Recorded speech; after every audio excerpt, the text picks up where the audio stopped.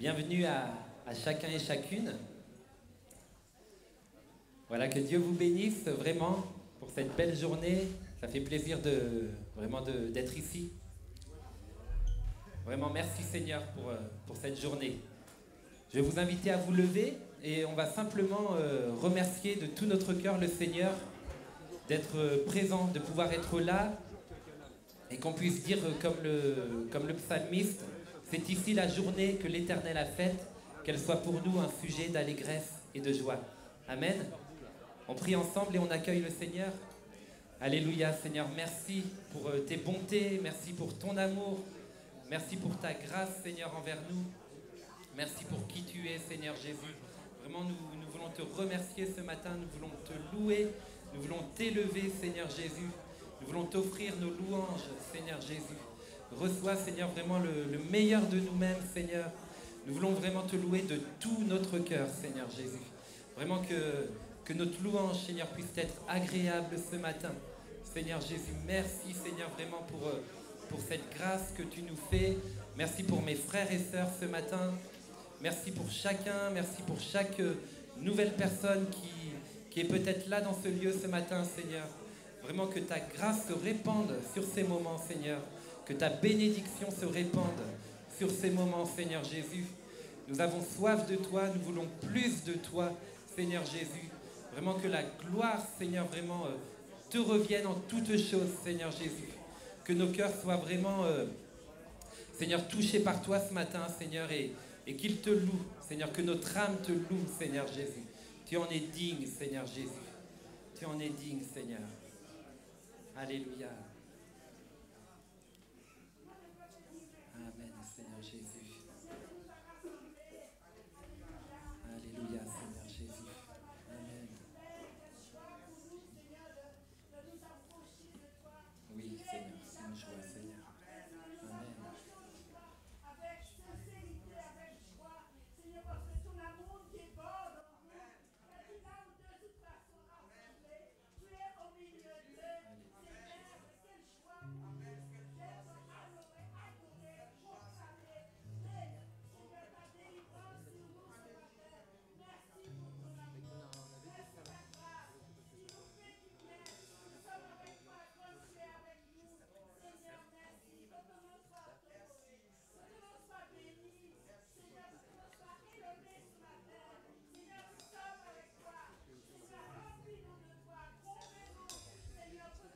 Seigneur, merci Jésus.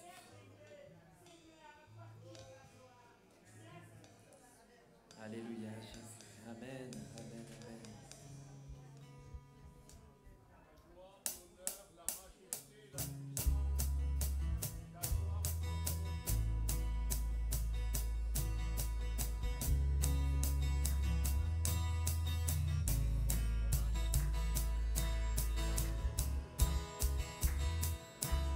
Alléluia. Tu es celui qui fit la terre. Ta voix forma tout l'univers. Tu es Dieu. Tu es Dieu. Tous les océans ne sont rien. Tu les rassembles dans ta main. Tu es Dieu. Tu es Dieu. Nul n'est comme toi. Nul n'est comme toi. Nul n'est comme toi. À jamais tu règnes. À jamais tu es souverain. Tu es Dieu. À jamais tu m'aimes. À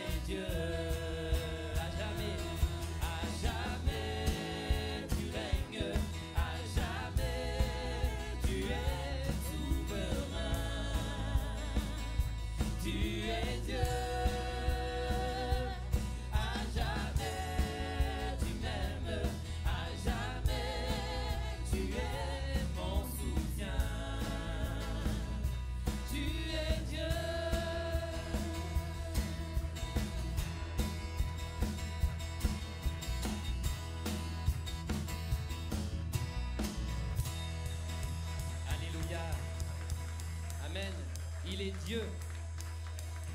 Alléluia. Merci Seigneur. Amen.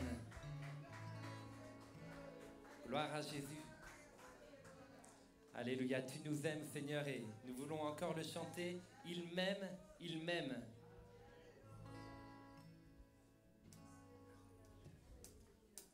Il m'aime, il m'aime. Je suis le Fils du Dieu vivant, le Créateur de l'univers. Il m'aime, il m'aime. Je suis le Fils du Dieu vivant, le Créateur de l'univers. Il m'aime, il m'aime. Je suis le Fils du Dieu vivant, le Créateur de l'univers. Il m'aime, il m'aime. Je suis le Fils du Dieu vivant, le Créateur de l'univers. Mon Père a créé l'univers. Mon Père tient ma vie dans sa main. Quand je perds, c'est bien lui qui accourt. Si je perds pied, c'est bien lui qui m'emporte. Mon Père a créé l'univers. Mon Père tient ma vie dans sa main. Quand j'ai peur, c'est bien lui qui accourt. Si je perds pied, c'est bien lui qui me porte. Il m'aime, il m'aime. Je suis le Fils du Dieu vivant, le Créateur de l'univers. Il m'aime, il m'aime. Je suis le Fils du Dieu vivant, le Créateur de l'univers. Mon Père connaît toutes mes souffrances.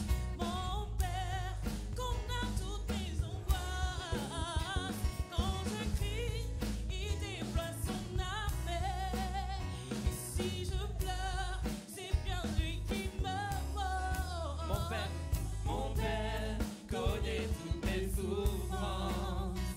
Mon Père connaît toutes mes angoisses. Quand je crie, il déploie son armée. Et si je pleure, c'est bien lui qui me porte. Il m'aime, il m'aime. Je suis le Fils du Dieu vivant, le Créateur de l'univers. Il m'aime, il m'aime. Je suis le Fils du Dieu vivant, le Créateur de l'univers. Je cesse de pleurer, je cesse de pleurer. Je marche la tête haute, je saisis la victoire. Mon Père est devant moi, mon Père est mon soutien.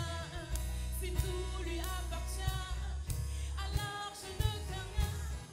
Je cesse de pleurer, je cesse de pleurer. Je marche la tête haute, je saisis la victoire.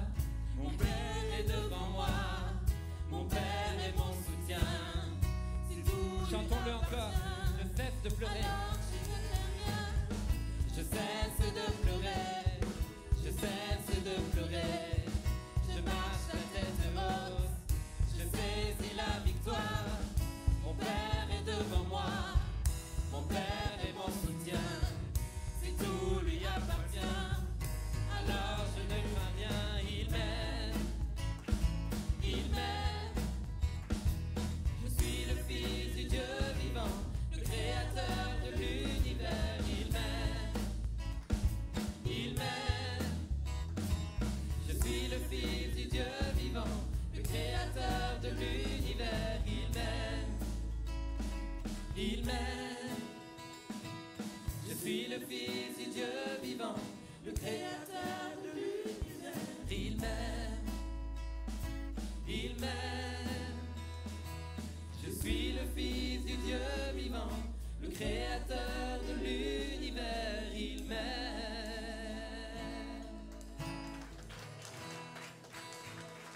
Alléluia. Oui, Seigneur. Oui, Seigneur. Tu nous aimes, Seigneur. Alléluia. Alléluia, vraiment, remercions-le ce matin. Disons-lui notre louange ce matin ensemble.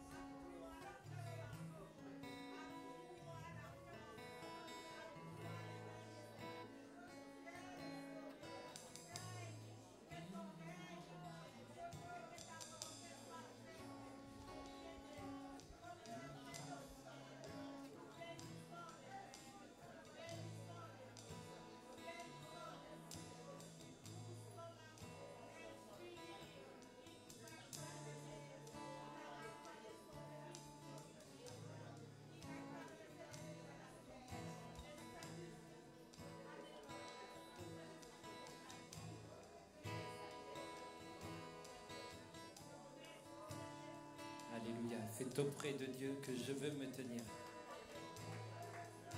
Oh, c'est auprès de Dieu que je veux me tenir. Il est mon Seigneur, mon roi. C'est auprès de Dieu que je peux ressentir tout l'amour qu'il a pour moi. C'est auprès de Dieu que je voudrais grandir, entendre le son de sa voix. Je viens devant le trône, par ta grâce je me tiens, en ta présence je lève les yeux vers le lieu saint pour contempler ta face. Je veux rester près de toi. C'est auprès de Dieu, c'est auprès de Dieu que je veux me tenir. Il est mon Seigneur, mon roi. C'est auprès de Dieu que je peux ressentir tout l'amour qu'il a pour moi. C'est auprès de Dieu. C'est auprès de Dieu que je voudrais grandir, entendre le son de sa voix. Je viens devant le trône, par ta grâce je me tiens,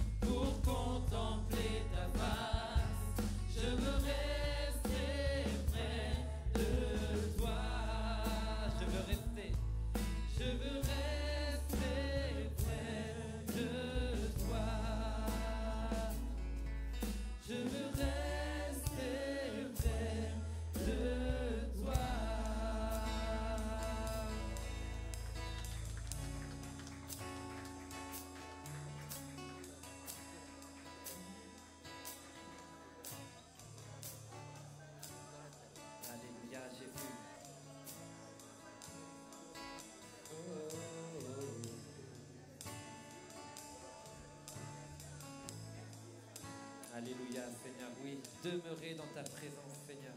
Demeurer dans ton amour, Jésus.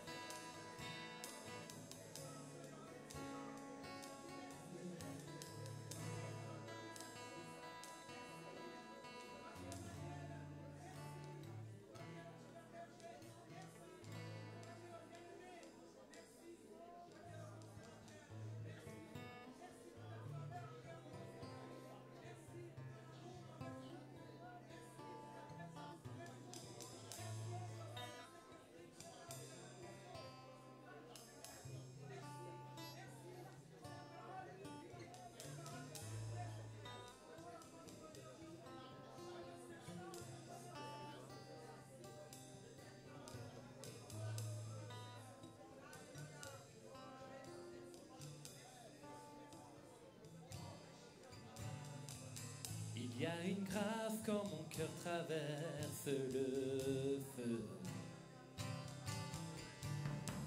Une autre voix quand tout sombre autour de moi. Et quand je pense à la différence entre qui j'étais et qui je deviens, je sais que je ne serai jamais seul. Il était avec moi dans le feu, à mes côtés. Il était présent dans la tempête, apaisant les mers. Et s'il m'arrive un jour d'oublier le prix payé pour moi, il y a la croix qui porte le poids d'un sauveur aura ma place. Il était avec moi dans le feu.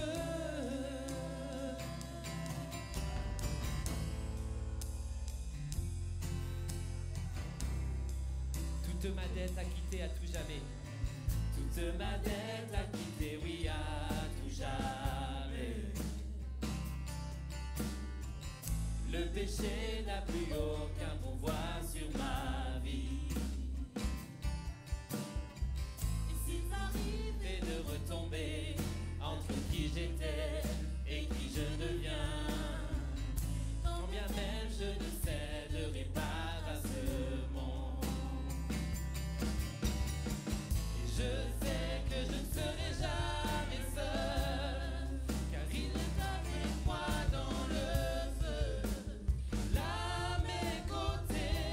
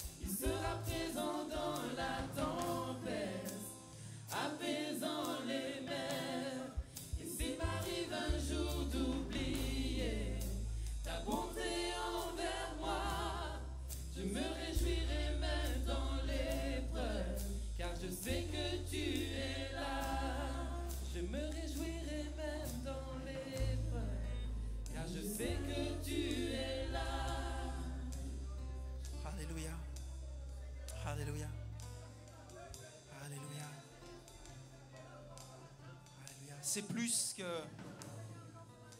que les paroles d'un chant ce matin que nous avons interprété. Je crois que c'est une parole prophétique pour quelqu'un, pour plusieurs ce matin.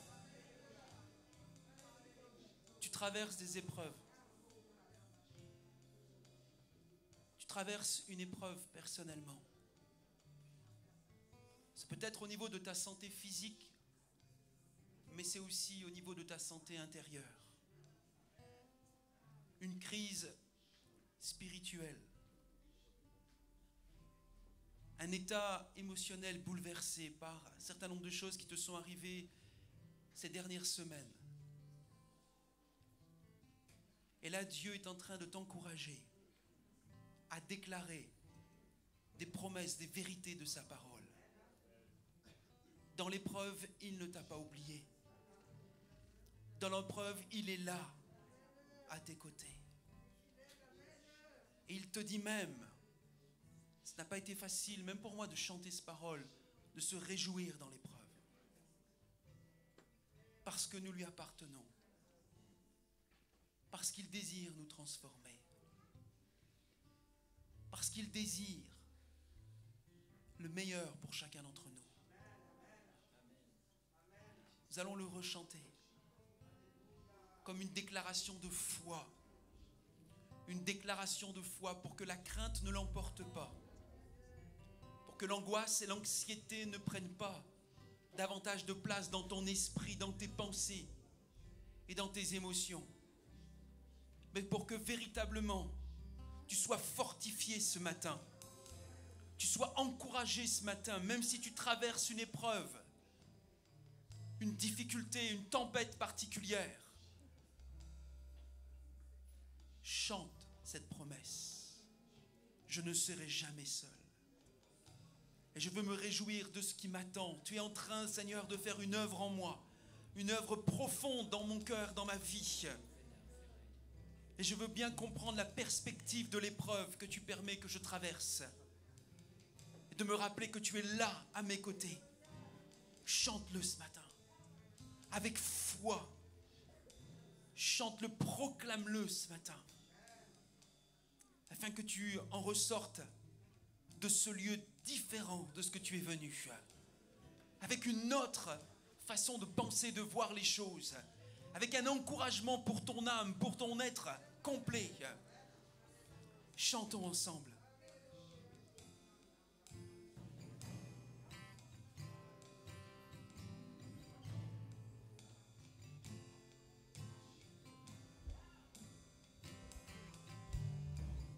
Il n'y a aucun autre nom comme Jésus,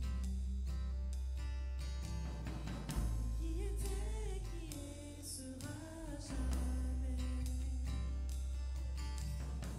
Donc peu importe ce qui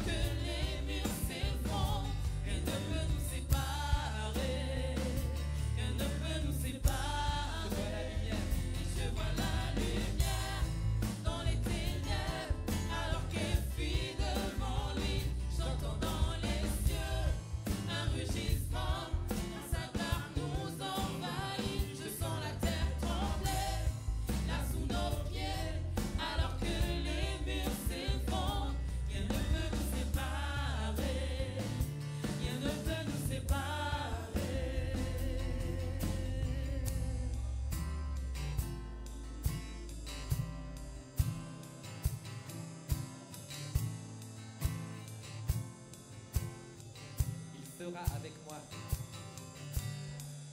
Il sera avec moi dans le feu, là à mes côtés. Il sera présent dans la tempête, apaisant les mers. Et s'il m'arrive un jour d'oublier ta bonté envers moi, je me réjouirai même dans l'épreuve, car je sais que tu es là. Je me réjouirai même dans l'épreuve, car je sais que tu es là. Oh.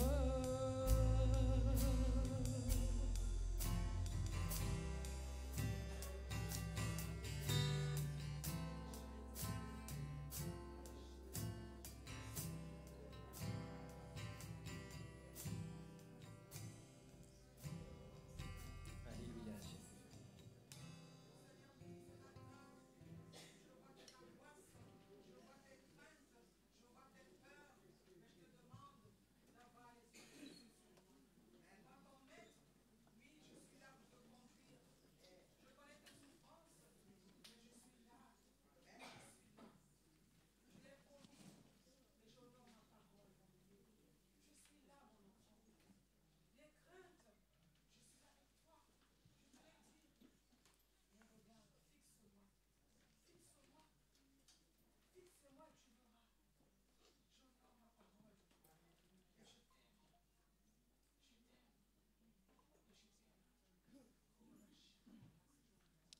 Merci Seigneur parce que les épreuves ne m'apporteront pas. Merci Seigneur parce que les épreuves, Seigneur, c'est pour me parfaire, Seigneur. Merci parce que si on ne passe pas par le feu, on ne peut pas briller, Seigneur. Merci pour mon frère qui passe par le feu, parce que cette chanson dit que tu es là. Et Seigneur, nous pouvons croire que tu es toujours là. Merci pour mon frère, pour ma soeur. Merci parce que ta parole, tu ne te contredis pas, Seigneur. Et merci pour ta parole, la parole de ce chant qui est pour nous ce matin. Parce qu'elle est vraie. Oui, tu es là, Seigneur. Tu n'as jamais failli à tes promesses. Que l'honneur et la gloire te reviennent ce matin. Amen. Chacune de nos vies, amen. Amen, amen. Non seulement je crois que cette parole, ce chant, ces paroles prophétiques sont pour quelqu'un en particulier, mais je crois que c'est pour son Église. Je crois que c'est pour l'Église de Jésus-Christ. Que Dieu nous rappelle qui il est, ce que nous traversons, que ce soit au niveau personnel, au niveau collectif, au niveau national ou international. Dieu sait ce que son Église est en train de traverser, aussi bien en Ukraine, en Russie qu'en France, partout dans le monde. Et Dieu est en train de nous dire, je suis en train de préparer mon épouse, l'Église. Je vous fais passer par l'épreuve, par le feu, c'est vrai, mais je suis là avec vous, à vos côtés. Ne craignez pas. Ne craignez pas, ne soyez pas emportés par un sentiment de panique. Je suis avec vous. Nous voulons saluer bien sûr tous ceux et celles qui se sont rassemblés dans ce lieu, en présentiel, en distanciel. Nous sommes heureux de vous accueillir à l'église EMI, l'église de Mantes-en-Yvelines, en cette belle journée du dimanche 27 mars 2022. Soyez les bienvenus. Nous voulons aussi bien sûr prendre toujours le temps de saluer des amis qui seraient de passage, ici peut-être pour la première fois, qui ont été invités, qui ont découvert l'église par le site internet. Alors est-ce qu'il y a des amis qui sont ici pour la première fois, qui sont de passage parmi nous ce matin ? Nous aimerions simplement vous saluer, donc levez la main pour qu'on puisse vous identifier, vous remettre un petit cadeau aussi de bienvenue. Nous sommes en famille ce matin, nous sommes entre nous. Alors nous sommes heureux également, bien sûr, de nous saluer les frères et sœurs. Vous pouvez prendre le temps de dire bonjour à quelqu'un là, hein, bienvenue dans ce lieu. Content de te voir. Je ne sais pas ce que tu as traversé cette semaine, mais c'est une joie de te revoir, de t'accueillir.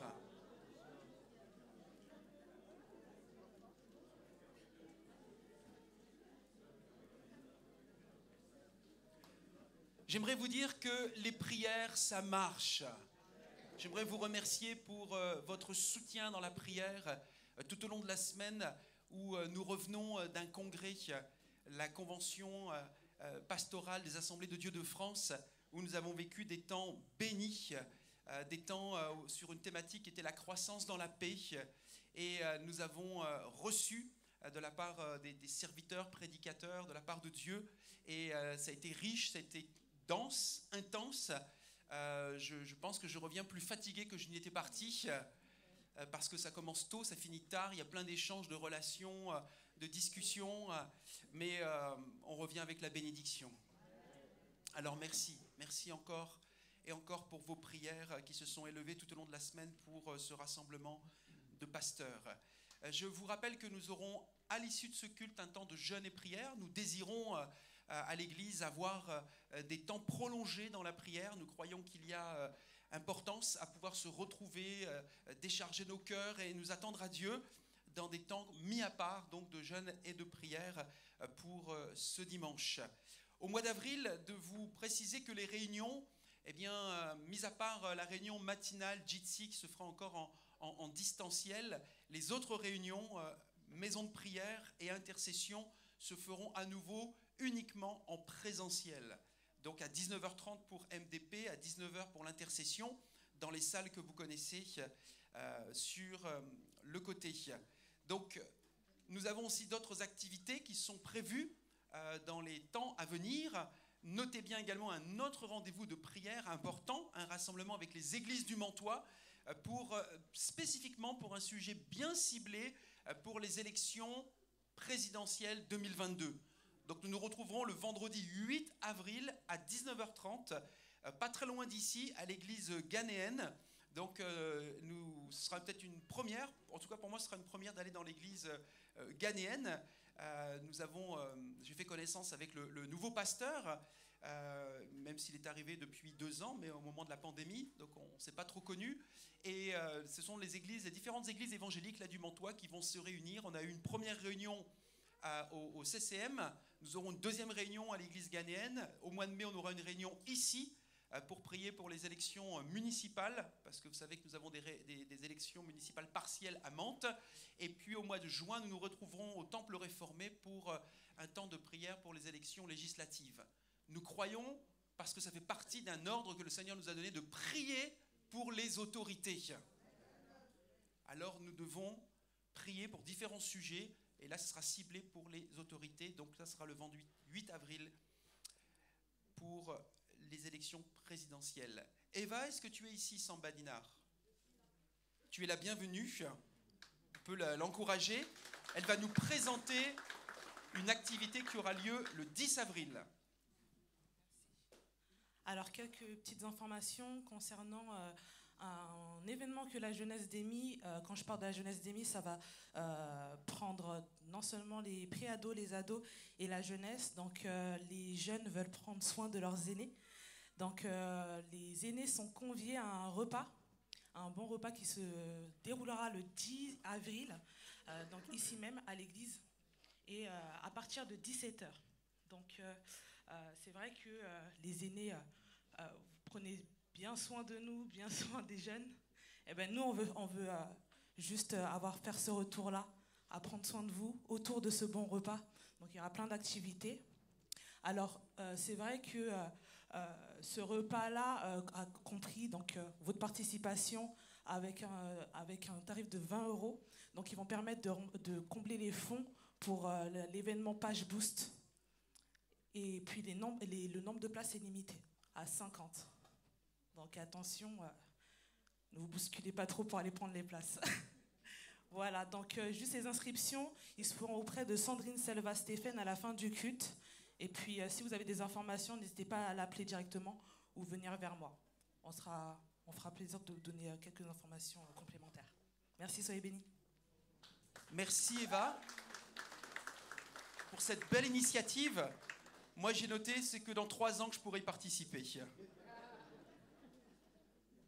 Bruce, est-ce que tu es là? Donc, c'est à Bruce maintenant. Ouais, c'est très interactif, hein, les annonces ici. On laisse la place, le micro aux uns et aux autres. Mais notre ami Bruce a aussi des choses à nous dire concernant l'Assemblée Générale et CAP 21. C'est bien, il y a au moins une personne motivée. Bonjour, vous allez bien? Ce matin, soyez bénis. Donc l'AGO, Donc normalement il y a marqué AGE aussi, mais je vous en parlerai tout à l'heure, ça sera décalé. Donc l'AGE le 10 avril, pas encore d'AGE, il y aura un envoi, j'ai vu sur ma tablette que l'envoi est parti à 10h30, donc vous l'avez reçu. Ne vérifiez pas tout de suite, tout à l'heure en rentrant. Et pour les personnes donc, qui n'ont pas de mail ou qui sont moins électroniques, à la sortie, Marie-Claire pourra vous remettre en main propre les convocations pour la date du 10 avril. Donc il n'y a pas eu de nouvelles candidatures cette année. Je ne sais pas comment on doit prendre le message, je veux dire vous faites confiance au CA, c'est bien, mais il y a vraiment un besoin de renouvellement aussi, surtout que l'an prochain, risque d'avoir un problème si on est en dessous du nombre requis, c'est-à-dire c'est 7 à 9 administrateurs, et il risquerait d'y avoir des départs. Donc moi, normalement, je devais partir cette année, mais il n'y a personne. Donc je reste, alléluia. Mais pas que pour ça, attention, pas que pour ça. Pas que pour ça.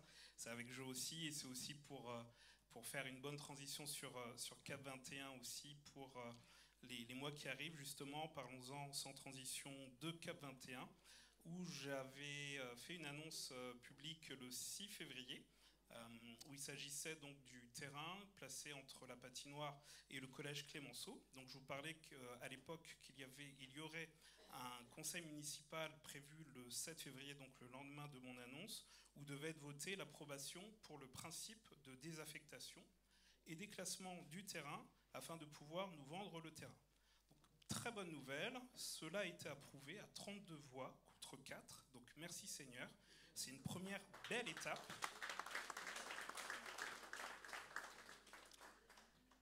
Mais c'est pas fini, comme dit la pub, il y a aussi un deuxième vote ou une deuxième délibération qui sera nécessaire, et ça c'est la procédure. Donc elle est prévue lors du prochain conseil municipal du 11 avril 2022. Donc il faut vraiment qu'on se maintienne dans la prière pour que la décision se confirme et que rien ne vienne bloquer une décision déjà bien engagée en notre faveur. Amen. Les dernières nouvelles, les nouvelles du jour. Donc, le mardi 15 mars, il y avait Pasteur Laurent et Marc Cagnuret, c'est le constructeur de Concept West, et moi-même, nous avions rendez-vous à la mairie pour deux choses principalement. Faire le point sur le tracé et la superficie exacte du terrain à acheter, à présenter au conseil municipal donc, du 11 avril, c'est-à-dire 2690 mètres carrés à 119 € le mètre carré, soit 320 110 €, comme initialement prévu, avec un découpage du coup du terrain beaucoup plus pertinent, parce qu'il y avait des petites pertes sur les coins, etc. Donc on a fait, ils nous ont préparé vraiment un découpage vraiment plus intéressant, et du coup nous avons validé ensemble toujours la même surface. On devait faire aussi un point sur ce que nous impose la direction départementale de l'équipement, la DDE, c'est l'ancienne... oui, c'est ça. DDT, merci, oui. J'avais un petit flou. Qui fait appliquer du coup les règles de l'urbanisme. Et du coup, là, il y a un petit point bloquant. Vous allez comprendre pourquoi, mais il y a une solution, ne vous inquiétez pas. En fait, notre implantation, elle est à 3 mètres de la limite séparative, c'est-à-dire au bord par rapport au bord du terrain. C'est ce qui pose un petit peu problème. Donc les 3 mètres... Il y a un silence, c'est tout le monde entend. Vas-y, parle, frère. Je vais parler, écoutez. Ah, il y a eu un... Ne vous inquiétez pas. Donc il y a eu, comme je vous disais, donc notre implantation à 3 mètres de la limite séparative pose problème, car sauf exception rare, nous devons nous situer soit au bord du terrain, soit à 6 mètres. Le problème, c'est pour nous, se mettre à 6 mètres, ça nous obligerait de revoir aussi les plans et les adapter aux contraintes. Ce n'est pas un problème, vous allez voir la suite. Donc, bien que le constructeur ait plaidé par écrit notre emplacement à 3 mètres, la DDE, par 4 pages de réponse juridique, veut que nous soyons tout de même à 6 mètres. Donc le 6 décembre 2021, le service urbanisme de la mairie nous avait déjà prévenu qu'il se pourrait que ça soit un point bloquant. Donc pour nous, il n'y a rien de totalement étonnant. Il nous avait prévenu, on a essayé, on nous a dit que ça peut être une exception. A priori, pour l'instant, ça ne l'a pas été. Donc nous les solliciterons pour avoir une explication, s'ils veulent bien nous recevoir, parce qu'apparemment c'est très rare. Mais Concept West va surtout plancher sur un nouveau projet tenant compte des contraintes de 6 mètres de toutes parts. Dans ce nouveau projet, nos besoins en superficie seront au mieux respectés, même si la répartition sera différente. On vous montrera plus tard. Il travaillera donc autour d'une salle de culte de 500 places environ et d'un hall d'entrée très généreux pour qu'on puisse toujours continuer de manifester la fraternité, l'accueil envers notre prochain. D'ailleurs, dès la fin de notre entretien à la mairie, on s'est posé dans un petit café avec Marc et Laurent.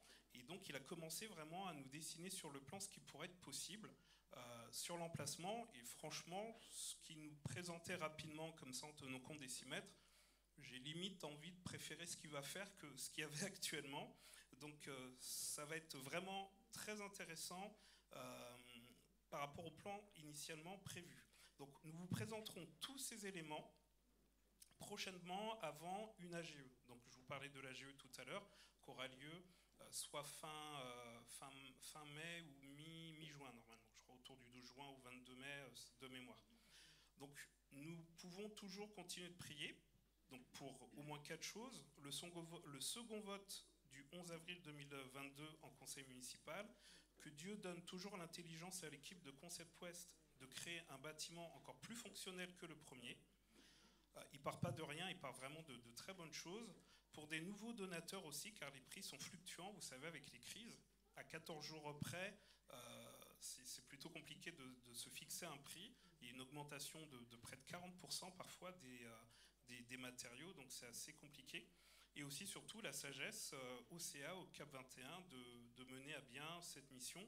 En tout cas, on veut vraiment bénir Dieu pour Marc aussi Agnoret, qui nous accompagne parce qu'il a été très réactif à la réunion. Il défend très bien notre dossier, ne vous inquiétez pas. Et il propose très rapidement des solutions. Et c'est juste très rassurant pour nous avec les prières qui nous accompagnent. Est-ce que j'ai été clair pour tout le monde ? Ok, super. Alors je laisse la place pour la suite. Soyez bénis et merci encore pour votre attention.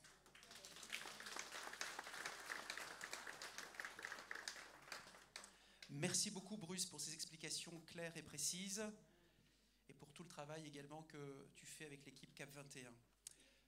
Si vous désirez un entretien pastoral, devenir membre de cette église ou être candidat au baptême, n'hésitez pas à remplir une fiche contact, de la remettre à nos hôtes et puis nous prendrons le temps de vous rencontrer, de vous recontacter, de vous rencontrer. Il y avait Didier qui était prévu également, c'est ça, pour nous apporter une courte information ? Oui. Viens Didier alors. Tu étais prévu, il est vrai, puisqu'on est le dernier dimanche du mois, et chaque dernier dimanche du mois, on veut vous faire un petit point sur le livret investissement. Donc, il faudra être court, hein, Didier. Bref, concis, précis.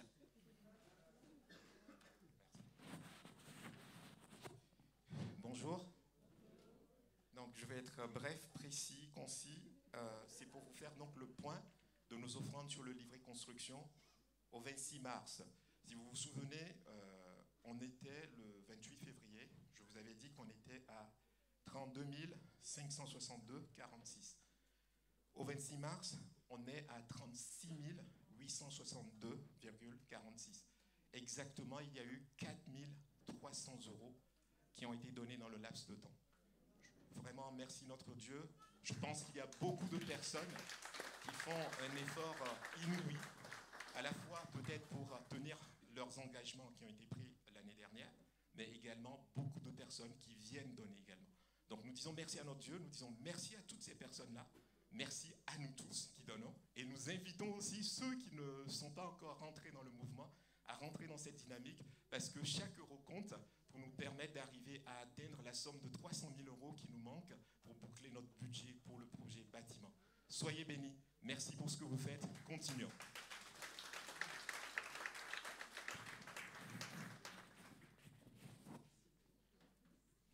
Excellent au niveau du timing et des nouvelles. Merci beaucoup Didier.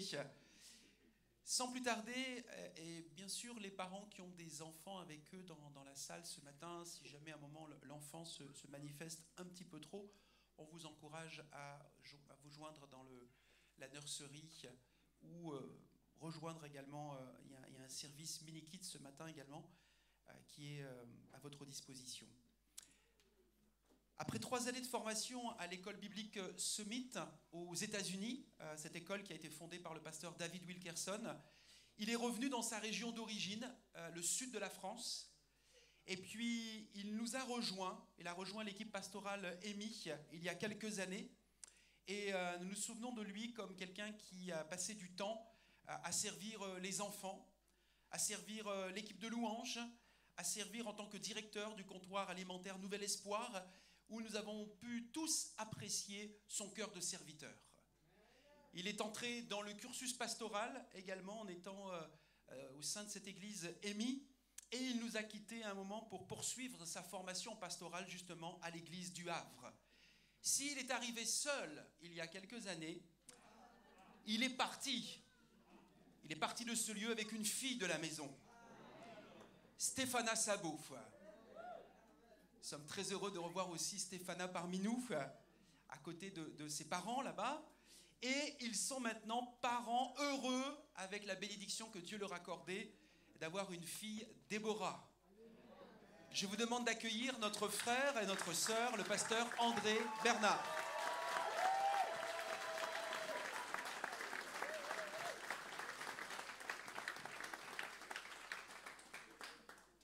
Amen, merci. C'est plus impressionnant que ce que je pensais. Je vais demander à mon épouse, Stéphana, et à Déborah de bien vouloir venir me rejoindre.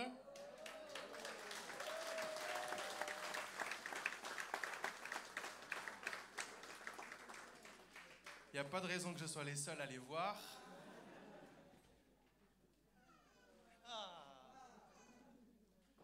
Voilà, notre petite Déborah a 1 an et 1 mois.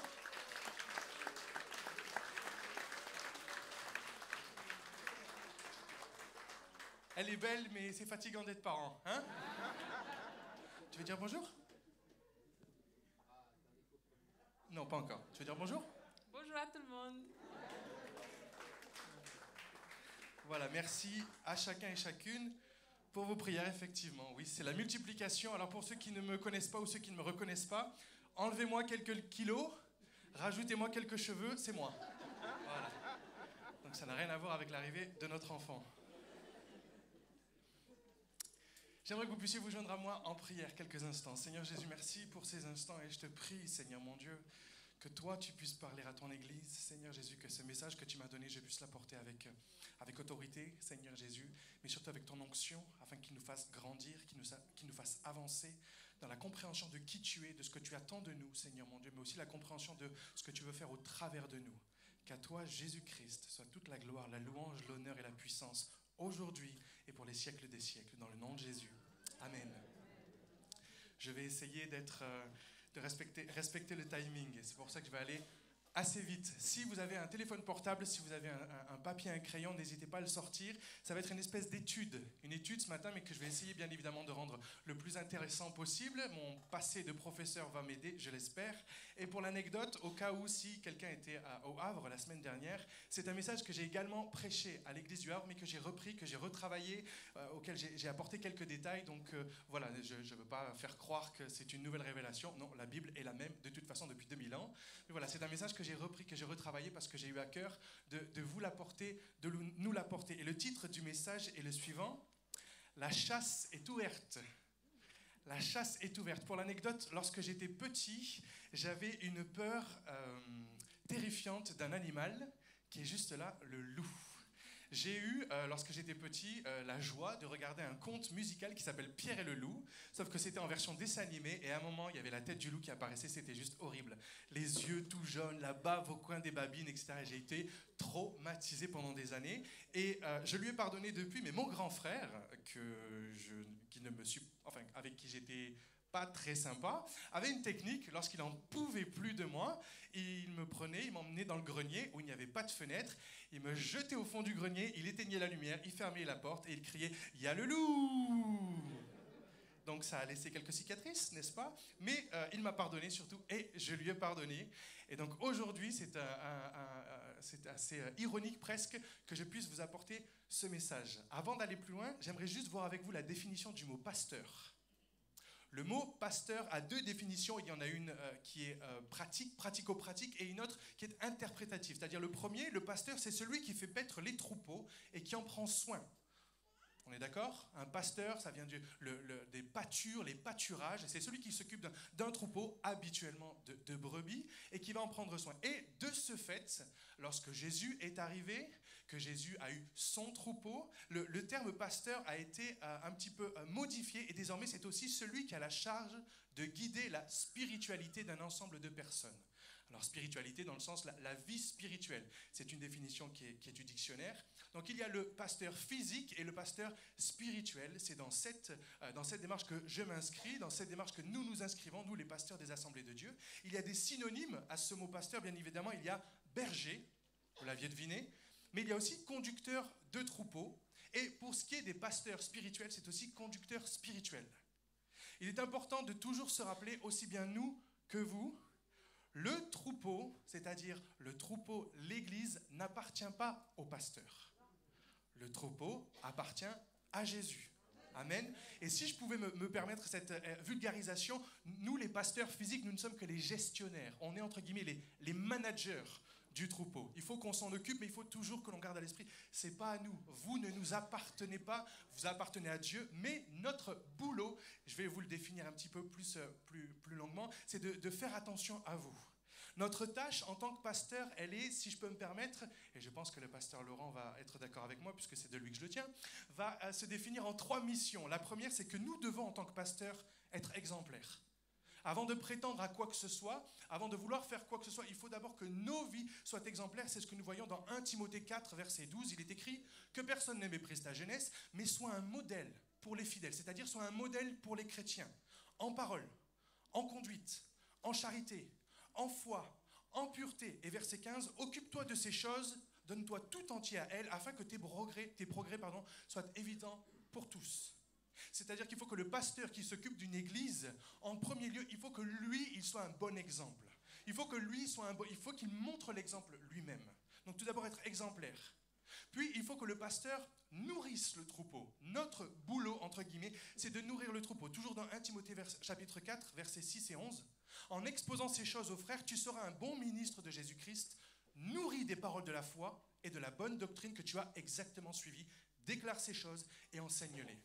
En tant que pasteur, une de nos missions, c'est d'apporter des messages, des prédications, des exhortations, des études bibliques qui viennent du cœur de Dieu, qui viennent inspirer de la parole de Dieu, de la pensée de Dieu, au moment où nous sommes censés les apporter. Il faut qu'ils soient opportuns, il faut que nos messages soient faciles à comprendre, il faut qu'ils soient faciles à se rappeler et aussi faciles à appliquer. À quoi ça sert de passer peut-être 2 ou 3 heures à prêcher sur la sanctification, sur l'expiation, si personne ne comprend ce qu'on est en train de raconter? On est d'accord? Donc être exemplaire, nourrir le troupeau, et enfin le dernier, nous devons protéger le troupeau.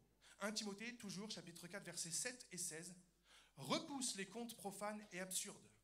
Veille sur toi-même et sur ton enseignement. Persévère dans ces choses, car en agissant ainsi, tu te sauveras toi-même et tu sauveras ceux qui t'écoutent. Nous devons faire en sorte que le troupeau est en bonne santé, et aussi en tant que pasteur, notre boulot est d'être celui qui protège le troupeau. Et une fois, j'ai entendu cette expression qui m'a plu et qui m'a touché. On dit souvent que les pasteurs, ce sont les bergers de l'Église. Oui, c'est vrai dans un sens. Mais on doit toujours se rappeler que Jésus est le bon berger.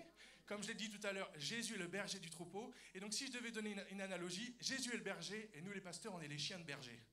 D'accord? Donc, je sais que les chiens, ce n'est pas une très bonne image, mais dans ce sens que nous sommes les chiens de berger. Nous devons être à l'écoute de ce que dit le berger.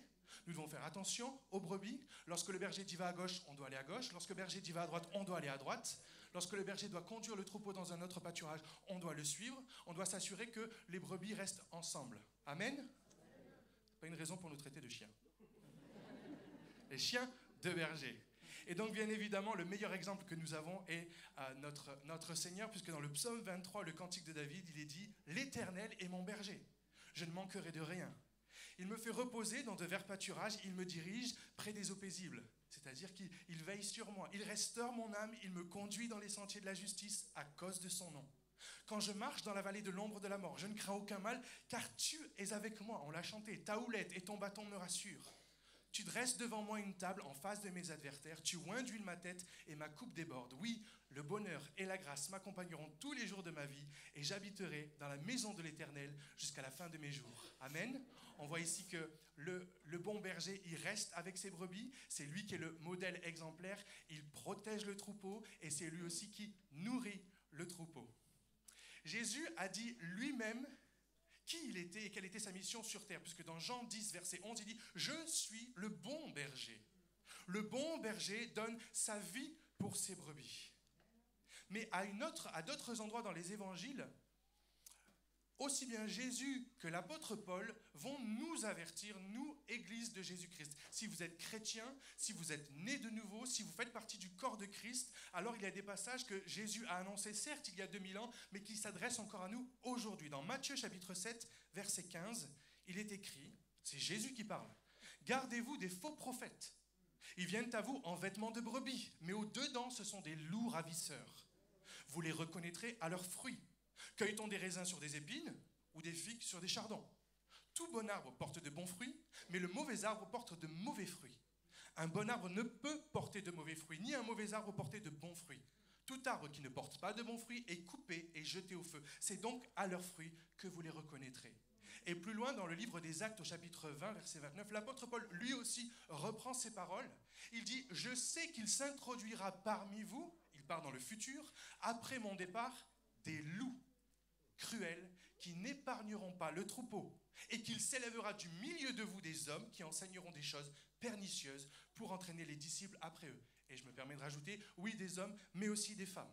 Jésus et l'apôtre Paul ont tous les deux annoncé à l'avance la venue de faux prophètes, de faux docteurs, de faux serviteurs de Dieu, et ils les ont comparés à des loups. Si nous, en tant que chrétiens, nous sommes comparés à des brebis et que les mercenaires sont comparés à des loups, bien évidemment, il ne faut pas aller bien loin pour voir qu'il va y avoir un problème à un moment ou à un autre. Dans sa mission de protection du troupeau, le pasteur doit donc veiller à ce que des loups ne viennent pas s'introduire ni se réveiller parmi le troupeau. Et la parole de Dieu est un peu plus claire sur leur origine, sur leur dessein et même sur leur façon de faire.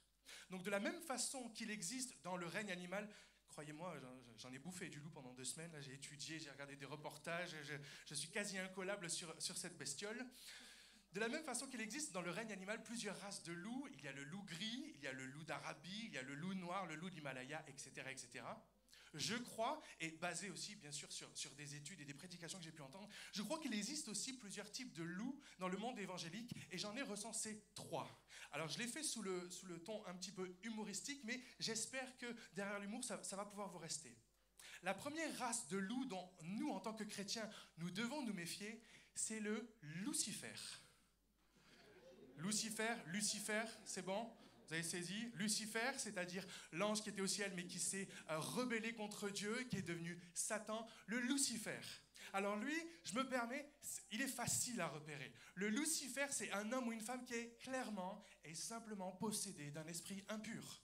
D'accord? C'est une personne qui est possédée d'un démon et qui agit avec un seul but, c'est de perturber, de semer le trouble. Et c'est ce que nous voyons dans Actes chapitre 16, verset 16. Il est écrit, alors que les disciples, avec l'apôtre Paul, comme nous allions au lieu de prière, une servante qui avait un esprit de python, donc un esprit démoniaque, un esprit impur, et qui, en devinant procurer un grand profit à ses maîtres, vint au-devant de nous et se mit à nous suivre, Paul et nous. Elle criait « Ces hommes sont les serviteurs du Dieu très haut et ils vous annoncent la voie du salut. » Elle fit cela pendant plusieurs jours. Paul, fatigué, se retourna et dit à l'esprit, remarquez, à l'esprit, pas à la femme, à l'esprit de Python qui était dans la femme, « Je t'ordonne au nom de Jésus-Christ de sortir d'elle. » Et il sortit à l'heure même. Amen. Ces personnes sont animées de démons, et pour ceux qui peut-être sont sceptiques par rapport à cela, je ne l'invente pas, c'est dans la parole de Dieu, et c'est encore actuel de nos jours, même si vous ne le voyez pas, même si c'est peut-être un petit peu plus secret, même s'il y a peut-être moins de manifestations selon les endroits, ou qu'à une certaine époque, ça n'enlève rien à la véracité de cette vérité. Il y a des personnes qui sont possédées d'esprits impurs. Avec ce genre de personnes, ce n'est pas le moment de philosopher, de discuter, de raisonner, il faut prier. Il faut prier, il faut utiliser l'autorité que nous avons en Jésus et pouvoir faire éjecter ce Lucifer et qu'il retourne là d'où il vient afin que les personnes puissent être délivrées. Après cette délivrance, il faut qu'ils acceptent Jésus-Christ afin qu'ils soient assurés de bénéficier de la protection de Dieu. Amen. Donc ça, c'est le premier, le Lucifer. Habituellement, je dis bien habituellement, les Lucifers, ils n'osent pas venir dans les églises. Pourquoi? Parce que lorsque la présence de Dieu est là, ils savent qu'ils vont passer un mauvais quart d'heure.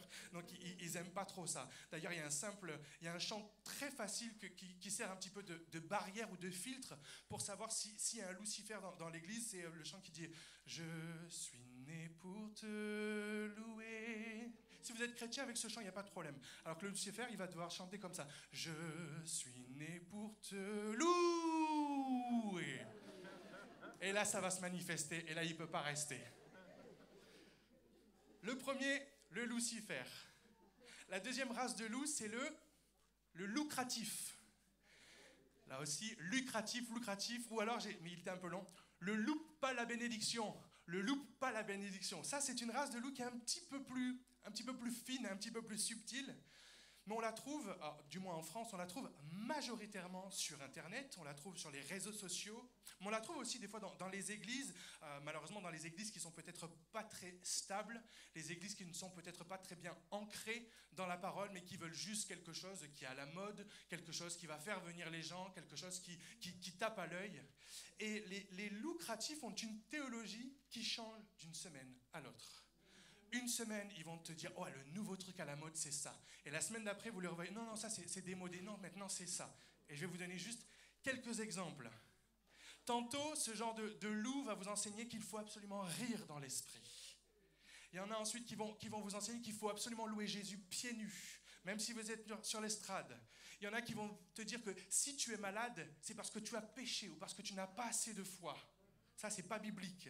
Il y a des lucratifs qui vont venir essayer de te faire croire qu'il faut, il faut revenir à l'essence de la parole de Dieu. Et ça, je me permets de le dire, même si c'était aux États-Unis. Il y a une église, j'espère qu'elle a fermé dans le nom de Jésus, une église où le pasteur disait, il faut être comme dans la Genèse. Dans la Genèse, c'est écrit que Adam et Ève étaient nus et ils n'en avaient pas honte.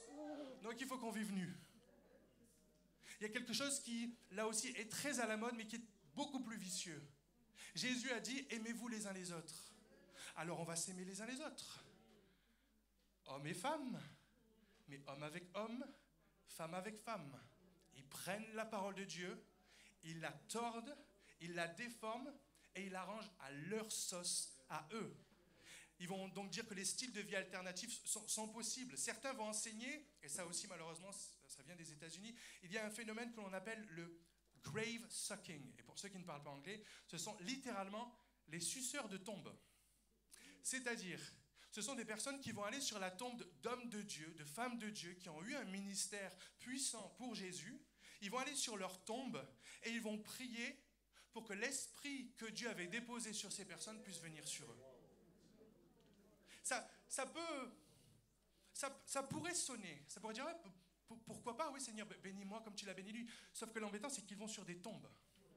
Et ils ne vont pas prier directement Dieu, ils vont prier pour que l'esprit de mort puisse venir en eux. Moi, je ne sais pas vous, mais moi, je ne sers pas un Dieu mort, je ne sers pas un esprit de mort, je sers un Dieu qui a dit « Je suis la résurrection et la vie ». Mais si on n'est pas bien ancré dans la parole, s'il y a des émotions qui sont ajoutées là-dedans, on peut parfois tomber dans le panneau. Il y a ceux qui enseignent que lorsque le moment de louange est extrêmement fort, il doit y avoir de la poussière d'or qui tombe du ciel, qu'il y a des plumes d'anges qui peuvent tomber du ciel, qu'il y a des diamants, les diamants de la louange. Vous avez entendu parler de ça? Les diamants de la louange qui sont sur les chaises, mais ça c'est vraiment quand l'Éternel est vraiment, vraiment présent. Il y en a d'autres qui disent « Oh, mais on n'a plus besoin de pasteur. » Pourquoi? Parce qu'on a tous l'Esprit de Dieu. Il y en a qui disent « On n'a plus besoin d'église. » Pourquoi? Parce qu'on est le temple du Saint-Esprit. Toute une série de choses qui pourraient avoir une justification, sauf si on lit la parole de Dieu. Si on revient dans la Bible, on dit non, c'est Dieu qui a institué les ministères. Donc, c'est Dieu qui a dit « Je bâtirai mon église ».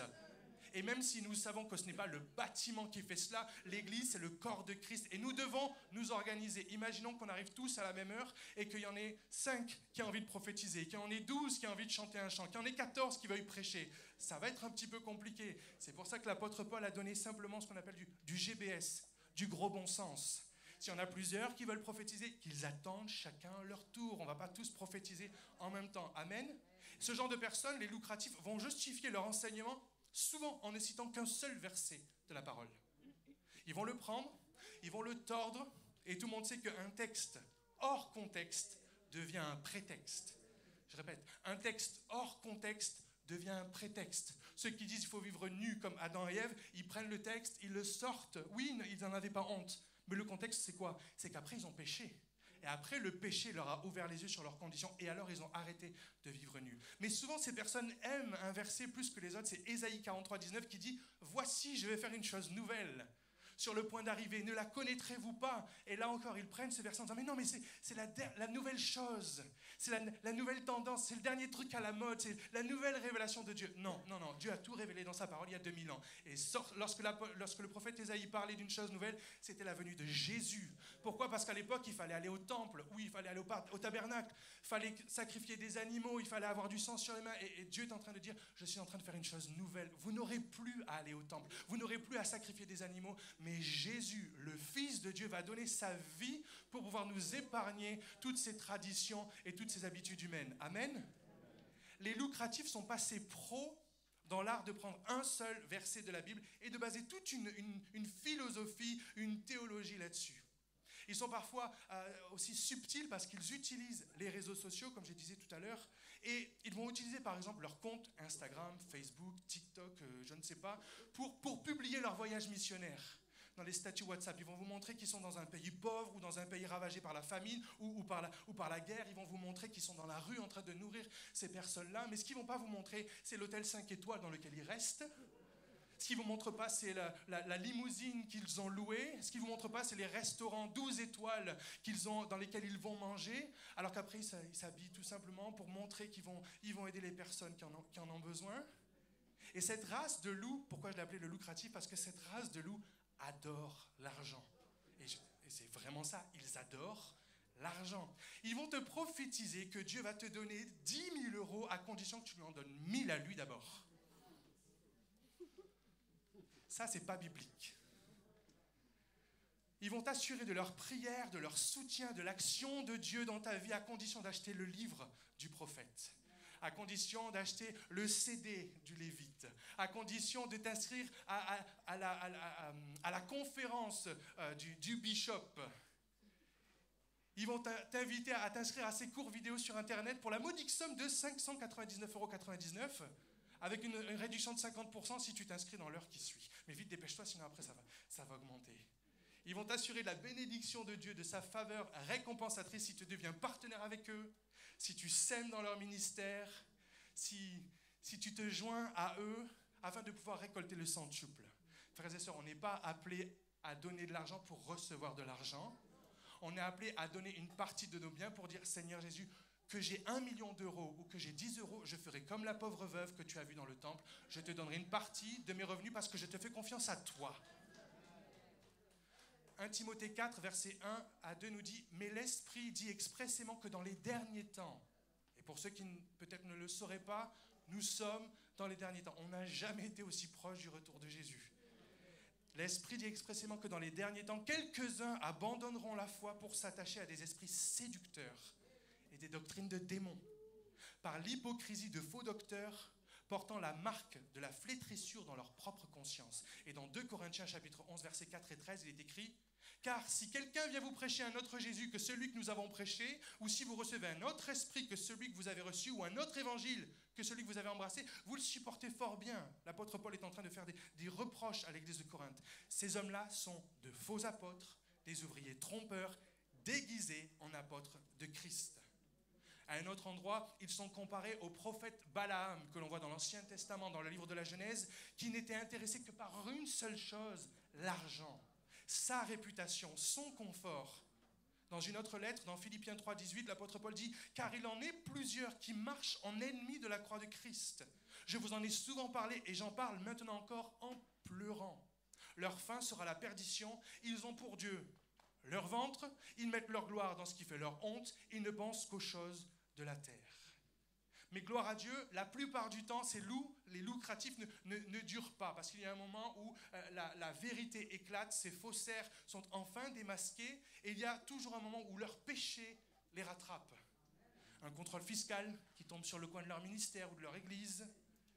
On découvre des détournements d'argent, un scandale qui vient éclabousser ce serviteur, ce fameux prophète. On apprend qu'il trompait sa femme, on apprend qu'il trompait sa maîtresse, on apprend qu'il trompait la maîtresse de l'autre maîtresse. On découvre enfin le poteau rose sur sa double vie, on découvre les mensonges, on découvre les manipulations et la vérité est enfin rétablie.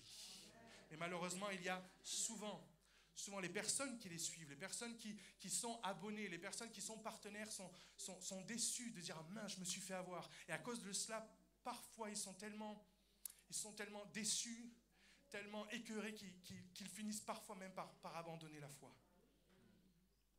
Et la dernière race de loups, sur laquelle j'aimerais m'attarder un petit peu plus, on a vu le Lucifer, on a vu le loup cratif, et le troisième, il est très simple, c'est le filou. Le filou.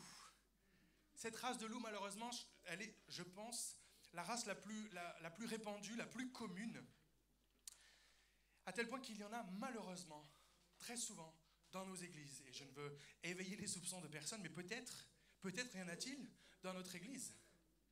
Peut-être y en a-t-il dans les lieux que nous fréquentons. Actes chapitre 20, verset 28, l'apôtre Paul dit « Prenez donc garde à vous-même et à tout le troupeau sur lequel le Saint-Esprit vous a établi évêque, pour paître l'église du Seigneur, qu'il s'est acquise par son propre sang. Je sais qu'il s'introduira parmi vous après mon départ des loups cruels, qui n'épargneront pas le troupeau, et qu'il s'élèvera du milieu de vous des hommes, des femmes, qui enseigneront des choses pernicieuses pour entraîner les disciples après eux, non pas après Dieu, mais après eux. Veillez donc, vous souvenant que durant 3 années, je n'ai cessé nuit et jour d'exhorter avec larmes chacun de vous. » L'apôtre Paul nous avertit que des loups peuvent s'introduire dans l'église. Il n'est pas en train de dire qu'ils sont à l'extérieur et qu'il faut simplement garder un œil. Non, il dit que malheureusement, certains réussissent à s'introduire dans le troupeau. Des loups qui sont encore, comme je disais, encore plus subtils, encore plus fins que ceux qu'on a vus. Et certains d'entre eux, malheureusement, peuvent réussir à pénétrer dans le troupeau. Et même pire, il nous dit même qu'il y en a certains qui pourront s'élever du milieu de nous. Jésus l'a dit également dans Matthieu 7,15, « Gardez-vous des faux prophètes, ils viennent à vous en vêtements de brebis, mais au-dedans, ce sont des loups ravisseurs. » Lorsqu'on lit ce verset, c'est facile de dire, mais il faut faire attention, faut juste vérifier. Mais si, regardons la parole. Jésus dit, des faux prophètes, ils viennent à vous en vêtements de brebis. Si on le traduit, c'est-à-dire qu'ils viennent à nous en vêtements de chrétiens. Ils viennent déguisés en chrétiens. Ils parlent comme des chrétiens. Ils chantent comme des chrétiens. Ils prient à voix haute comme des chrétiens. Ils ont une grosse Bible sous le bras comme les chrétiens. Ils viennent à l'église comme les chrétiens. Ils ont la parfaite panoplie du parfait petit chrétien. Extérieurement, on pourrait croire que, extérieurement, il n'y a rien à dire. Mais Jésus nous dit c'est à l'intérieur qu'il y a quelque chose qui ne va pas. Il y a cependant, même si nous pouvons tous nous faire avoir, et les pasteurs également, par leur façon de parler, leur façon de se comporter, leur façon de vivre leur vie chrétienne, il y a cependant quelques détails qui peuvent et qui doivent nous alerter, des façons de faire qu'ils ont, qui sont subtiles et pernicieuses, mais qui doivent nous mettre la puce à l'oreille, qui doivent nous mettre mal à l'aise et qui doivent même nous pousser à les confronter. Comme les loups prédateurs, c'est-à-dire les animaux que j'ai pu voir dans certains reportages, les loups vont toujours choisir et s'attaquer à des proies faciles. Et il n'y a rien de désobligeant dans ce que je vais dire, mais mon frère, ma soeur, si tu es jeune dans la foi, tu es une proie facile. Si tu es faible dans la foi, tu es une proie facile. Si tu es isolé dans la foi, tu es une proie facile. Les loups, que ce soit dans les montagnes ou que ce soit dans les steppes, ne vont jamais s'attaquer. Je regardais un reportage sur les loups du Canada face à un troupeau de bisons. Le bison, vous avez vu la taille du truc. Les loups ne vont pas s'attaquer au mâle alpha, ils ne vont pas s'attaquer à la tête du troupeau. Non, qu'est-ce qu'ils vont choisir? Ils vont choisir celui qui est tout jeune, qui ne court pas très vite. Ils vont s'attaquer à celui qui a peut-être déjà mal à la patte et qui ne court pas aussi vite que les autres. Et qu'est-ce que ça veut dire pour nous en tant que chrétiens? Ça veut dire qu'avec tout le zèle que tu as, tout l'amour que tu peux avoir pour Jésus, si tu es jeune chrétien, si tu es jeune baptisé, tu n'as peut-être pas encore des bases assez solides. Et il faut que tu veilles, il faut que tu fasses attention. Et nous, les frères et sœurs qui avons des bases solides, nous les frères et sœurs qui avons de l'expérience, nous devons prendre soin. Et nous devons veiller et surveiller également Ce n'est pas que la responsabilité du pasteur de veiller les uns sur les autres, de s'aimer les uns les autres. Et dans ce même reportage, c'est toujours émouvant de voir que lorsque les prédateurs arrivent, les mâles et les femelles qui sont plus âgés forment un cercle et laissent les plus faibles au milieu de façon à les protéger, de façon à pouvoir tenir tête aux animaux, aux prédateurs, jusqu'à ce qu'ils arrivent à les faire partir.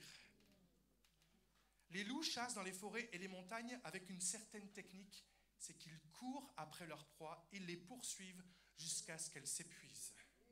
Ils vont leur courir après, jusqu'à ce qu'elle n'ait plus de force, jusqu'à ce qu'elle n'arrive plus à se défendre, et jusqu'à ce qu'elle soit obligée de s'agenouiller, de s'accroupir, de s'arrêter. Et là, à ce moment-là, les loups se jettent sur elle pour pouvoir la dévorer. Et c'est souvent, comme je disais, un animal jeune ou un individu malade.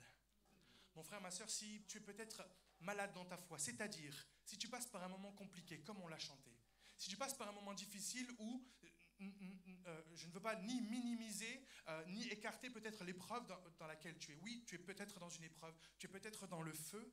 Et souvent, quand on est dans le feu, on a l'impression qu'on est tout seul. Et on ne veut pas que les gens viennent avec nous parce qu'on dit « Non, tu ne peux pas comprendre ce que je suis en train de vivre. Non, tu ne peux pas comprendre ce que je suis en train d'expérimenter. » Et malheureusement, petit à petit, on s'isole. On vient toujours à l'église, on lit toujours sa Bible, mais on s'isole petit à petit. Et si on s'isole dans la maison de Dieu, si on s'isole du troupeau, si on s'isole des frères et sœurs, là, on peut devenir une proie facile. C'est là où le loup va pouvoir nous voir de loin et dire hey, « lui, il n'est pas bien entouré là. » Ou elle est souvent seule. Et c'est là qu'ils vont pouvoir lancer leur technique. Dans un groupe d'amis chrétiens ou même dans une famille chrétienne, le filou ne va pas viser le meneur, il ne va pas viser le chef de famille, il ne va pas viser celui qui est fort dans la foi, mais comme je le disais, celui qui est jeune, celui qui n'est pas encore bien assuré, celui qui est peut-être tout feu, tout flamme, mais qui n'a pas encore beaucoup d'expérience. Le loup va donc commencer à s'intéresser à toi. Ou du moins, il te fait croire qu'il s'intéresse à toi. Le loup, il va te faire croire qu'il est inquiet pour toi. Le loup, il va te faire croire qu'il veut ton bien. Le loup, il va te faire croire qu'il est là pour t'aider, qu'il est là pour que tu puisses grandir dans la foi. Il est là et il va te dire qu'il est là simplement pour t'aider à accomplir ta destinée. Il est là pour que tu puisses déployer tes ailes. Il est là pour que tu puisses marcher dans les pas que Dieu a tracés pour toi et toutes ces belles expressions qui nous laissent croire qu'il est ou qu'elle est bien intentionnée. Le loup, dans sa technique, il va commencer à prendre de tes nouvelles. Il va proposer de te voir, mais en dehors des réunions. Et lorsqu'il te propose de te voir en dehors des réunions, que ce soit pour aller manger un kebab ou pour aller boire un café après le travail, ce sera toujours seul. Il voudra toujours te voir seul, toujours te rencontrer seul, soi-disant pour parler cœur à cœur, soi-disant pour être de manière plus intime. Il n'y aura personne avec lui. Non, viens tout seul. Non, n'amène pas les autres. Viens pas avec les autres. Non, viens pas avec ta femme. Viens pas avec ton frère. Viens tout seul. Juste tous les deux, on va discuter. Et le loup, si je peux me permettre cette autre comparaison animale, est comme une araignée. Le loup va tisser sa toile, doucement, tranquillement, mais avec un seul but, c'est de te piéger. Tout ce qu'il dit est encourageant. Tout ce qu'il dit est biblique. Tout ce qu'il dit est édifiant. Il est déguisé. N'oublions pas qu'il est déguisé en brebis. Tout ce qu'il dit fait du bien. Jusqu'au jour où, au détour d'une conversation, mais complètement anodine, à la sortie de l'église, ou en mangeant un morceau, ou par texto, ou par téléphone, ou même parfois pendant la prédication, il va te dire quelque chose qui va, sans expliquer, sans savoir pourquoi, ça va te mettre mal à l'aise. Et ça va même te déstabiliser. Mais comme il est tellement investi dans ta vie, comme il te suit, comme il te mentore, comme tu es son disciple, tu vas te dire, mais non, je le connais, il est gentil, il est bien intentionné, donc c'est peut-être moi qui ai un problème, j'ai du mal à comprendre, ou c'est peut-être moi qui n'ai pas assez d'amour.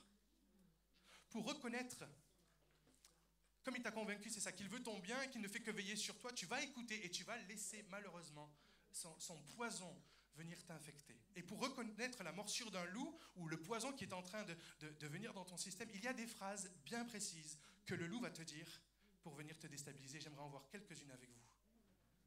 Le loup va venir te voir, il va te dire « Ah frère, j'ai une parole pour toi. Ah ma sœur, Dieu m'a dit de te dire que... » Alors ça marche avec tous les membres de la Trinité. « Ah, l'Esprit m'a dit de te dire que... » Ah, Jésus m'a parlé au travers d'un rêve pour toi. C'est possible. Ne mettons pas tout de côté, c'est possible. Mais pourquoi il ne me parle pas à moi directement? Pourquoi est-ce qu'il est obligé de passer par toi me dire quelque chose à moi. C'est fini l'époque d'une certaine religion où il faut des saints, il faut Saint Pierre, Saint Paul, Saint Maclou, Saint Glinglin. Mon frère, ma soeur, Dieu peut te parler directement. Le Saint-Esprit peut te parler directement. Et parfois, il va utiliser quelqu'un pour venir te confirmer ce qu'il t'a déjà dit. Dieu n'a pas besoin de ventriloque. Il peut parler directement. Il y a une autre phrase que les loups aiment bien dire. Tu sais, juste entre toi et moi. Juste entre nous deux, pour être tout à fait franc. Juste entre toi et moi. Je te le dis, je t'ouvre mon cœur. Le loup va te faire croire qu'il te fait une confidence, qu'il est là pour te partager sa sagesse divine, alors qu'il est, il est sur le point de t'enfoncer encore un peu plus dans les ténèbres et de t'isoler du troupeau. Une autre phrase qu'il va utiliser lorsque vous êtes en groupe, il va te prendre à part, il va te dire « Tu ne trouves pas qu'un tel, là, il a une attitude bizarre ?» Ou alors il va dire « Est-ce que tu as remarqué que... machin, là ?» Et là, je vais être encore plus précis. « T'as remarqué que le pasteur, il te disait pas bonjour ?» Regarde bien. « T'as remarqué que telle sœur, elle salue jamais telle sœur ?» T'as remarqué ça? T'as remarqué que le frère, là, jamais il met son offrande? Tu l'as vu, toi? Moi, je l'ai jamais vu, moi. T'as remarqué que quand c'est un tel qui prêche, il est toujours dur dans ses paroles? Il n'y a pas beaucoup de compassion, pas beaucoup d'amour. Hein. Ces choses, le loup, il va te le dire juste à toi. Parce qu'il veut commencer à éveiller dans ton esprit des soupçons imaginaires. Il y a une autre technique qu'il utilise. Tu sais ce que j'ai appris sur un tel? Tu sais ce qu'on m'a raconté sur la sœur, là? Tu sais ce qui se dit sur telle église? On m'a dit que à Mission Kids, il paraît qu'à ATK, j'ai entendu dire que dans le groupe d'intercession, ce qui va suivre ces paroles ne sera jamais bon. Jamais bon, ça te fera jamais du bien. Et à cause de cela, cela va créer en toi une méfiance et ça va te donner une opinion différente de quelqu'un, souvent à qui tu ne parles même pas ou que tu ne connais pas forcément de près. Mais à cause de ce qu'on te dit dans le secret, à cause de ce qu'on te dit à la fin de l'église, à cause de ce qu'on te dit par texto, ça va commencer à te faire travailler. C'est vrai ça, dis donc. Elle dit jamais bonjour à la sœur.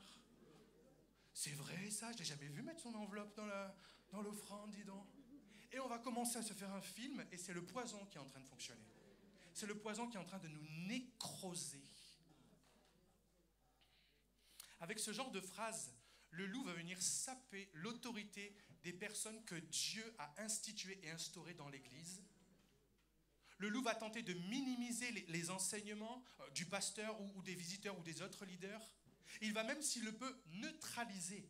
Son but, c'est de neutraliser les conseils du pasteur, des anciens, des responsables de l'Église qui t'ont été donnés, parce que le but du loup, c'est de prendre la place d'autorité spirituelle dans ta vie. Le loup, il ressemble beaucoup à son père, le diable. Et le diable, lorsqu'il était en tant qu'ange dans le ciel, il a voulu prendre la place de Dieu. Il a voulu se rebeller contre Dieu et devenir l'autorité suprême. C'est la même chose qu'il y a dans l'esprit des loups. Ils veulent devenir l'autorité spirituelle suprême dans ta vie. Le loup va chercher à avoir une telle influence, une telle autorité sur toi et sur ta vie qu'à la fin, tu ne pourras plus rien faire. Tu ne pourras plus rien dire et tu ne pourras aller nulle part ou ne prendre aucune décision avant de l'avoir consulté. Les loups se gardent bien de le faire, bien évidemment, en présence des autorités de l'Église. Ils ne vont pas le faire lorsque le pasteur Laurent sera en train de saluer les gens. Ils ne vont pas le faire forcément lorsque vous êtes en train de discuter avec les responsables de l'Église. Comme les loups dans les montagnes qui attendent que le berger aille dormir pour pouvoir attaquer le troupeau, eux aussi, les loups œuvrent dans les ténèbres, ils œuvrent dans le secret. D'ailleurs, les loups sont les meilleurs organisateurs de réunions de prière secrètes. C'est eux qui organisent les meilleures soirées de témoignages non officielles. Oh, pourquoi en parler au pasteur? Ça va, on fait rien de mal. Hein? Un frère, une sœur. On a le droit quand même de se réunir. Non, on ne vous demande pas de nous demander l'autorisation. On vous demande juste que vous puissiez nous en parler. Juste qu'on soit au courant. Parce que si ça se passe bien, tant mieux. Mais si ça se passe mal, s'il y a dans votre réunion secrète quelqu'un sur lequel le pasteur a une parole, que le pasteur connaît, que cette personne vient uniquement dans vos réunions secrètes mais qu'elle ne vient jamais à l'église, il y a une raison pour ça. Peut-être que le pasteur connaît déjà cette personne. Peut-être qu'un responsable de l'église connaît déjà cette personne et les dégâts que cette personne a fait dans une autre église. C'est comme ça que certains loups arrivent à devenir des mini-pasteurs au sein même d'une église. Ils arrivent à la fin à diriger la vie spirituelle, financière, amoureuse, amicale et même professionnelle, parfois de tout un groupe de personnes au sein de l'église. Et jusqu'au jour où ils sont découverts, jusqu'au jour où le pasteur les remarque, où il est mis au courant, jusqu'à ce que le loup soit confronté. Alors à ce moment-là, le loup va s'énerver, il va s'emporter, il va pas comprendre, mais qu'est-ce qu'on me reproche? Mais une fois que le loup est confronté, il ne reste pas, il s'en va. Mais malheureusement, lorsque le loup s'en va, il essaye toujours de prendre du monde avec lui.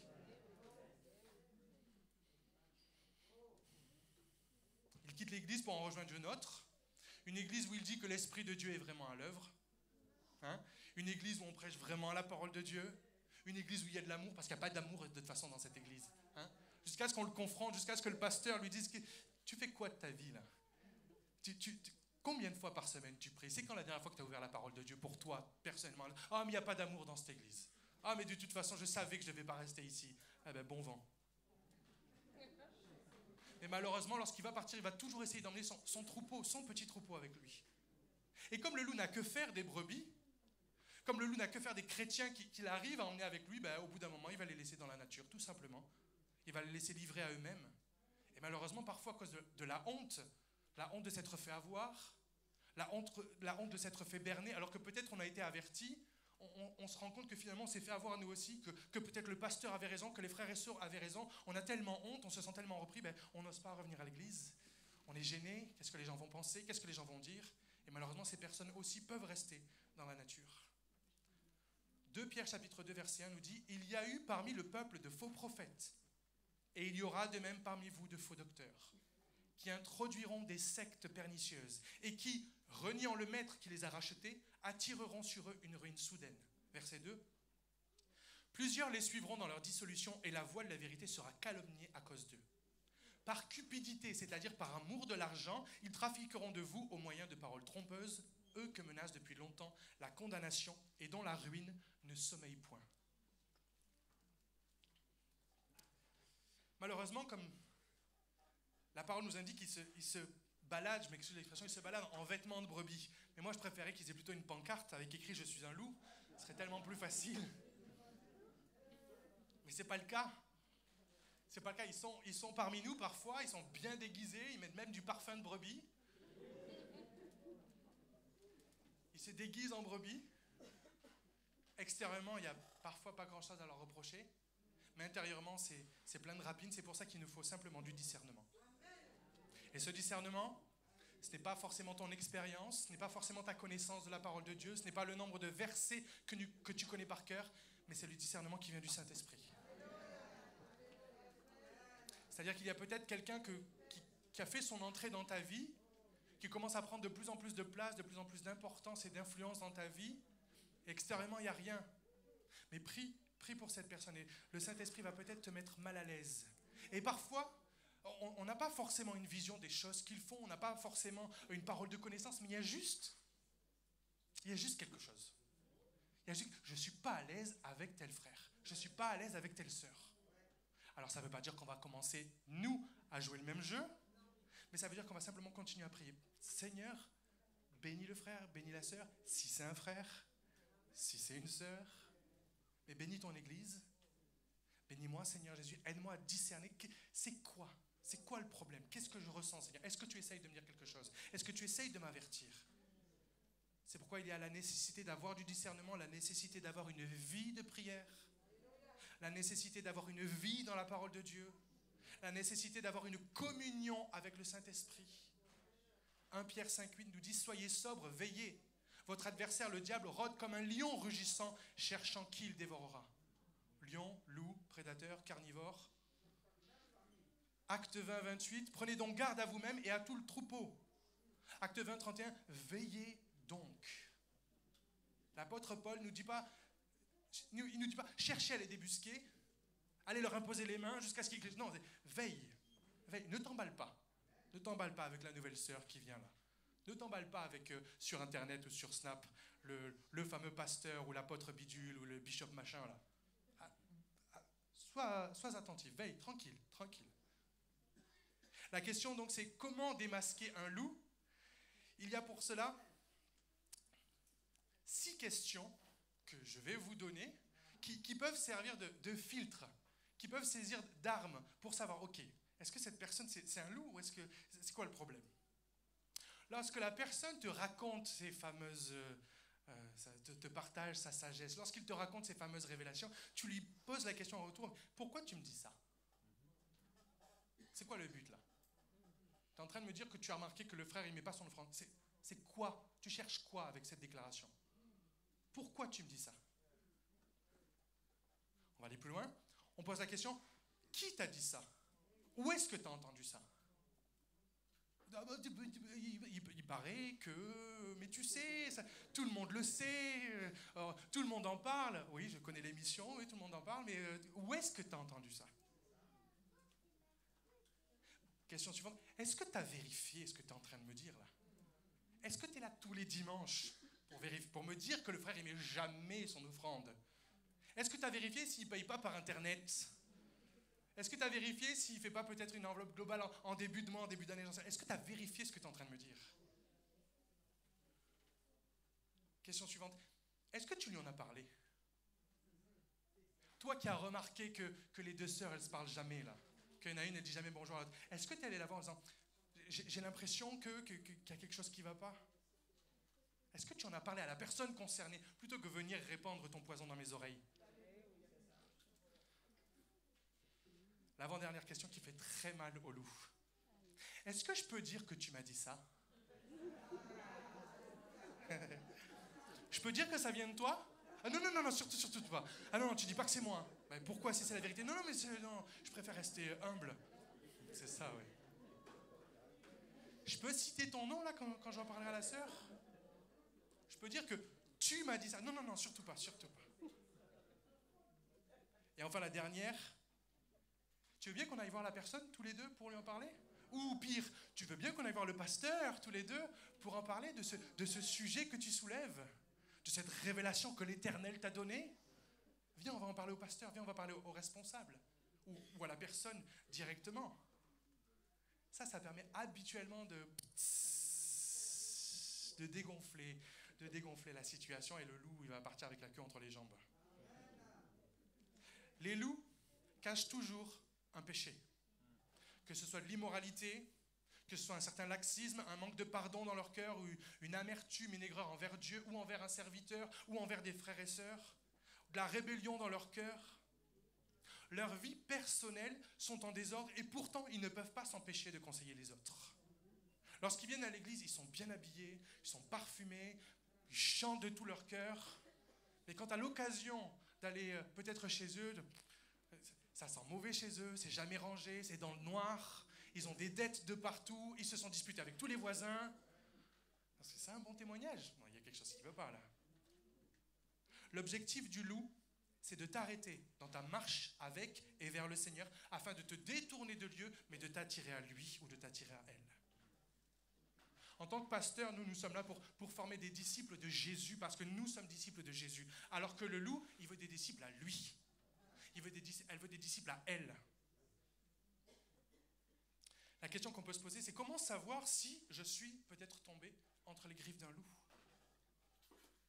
Il y a 3 possibilités.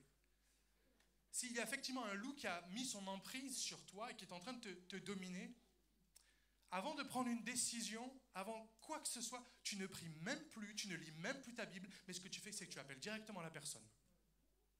Ça, c'est un mauvais réflexe. Le premier réflexe, c'est de demander à Dieu. Après, tu peux demander à des frères et sœurs. Après, tu peux demander à des amis chrétiens. Mais le loup a parfois une telle emprise sur toi que tu te dis « faut que j'en parle à un tel, faut que j'en parle à une telle ». Non, non, non, parle à Jésus d'abord. Parce que lui, sait tout. Lui, il voit tout. comme je disais tout à l'heure, à cause de cette nouvelle amitié, de cette nouvelle relation, tu as peut-être une opinion négative de quelqu'un dans l'église, que ce soit le pasteur ou que ce soit même un membre de ta famille, parce que tu t'es laissé convaincre par cette personne, parce qu'elle t'a raconté, sans même avoir vérifié que c'était vrai.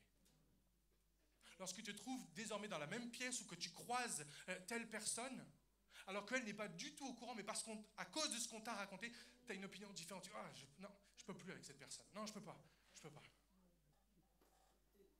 Et enfin, à force de côtoyer cette personne, tu es de plus en plus critique envers l'Église, envers les pasteurs, de toute façon tous les mêmes, envers les frères et les sœurs, de toute façon personne ne m'aime.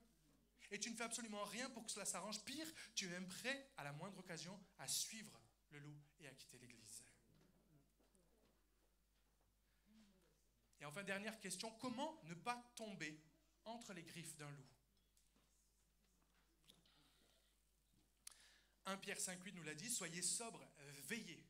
Veillez, votre adversaire le diable rôde comme un lion rugissant, cherchant qui il dévorera. Et acte 20, 28, prenez donc garde à vous-même et à tout le troupeau. Veillez donc, il nous faut donc veiller. Veiller, et je me permets de rajouter, surveiller.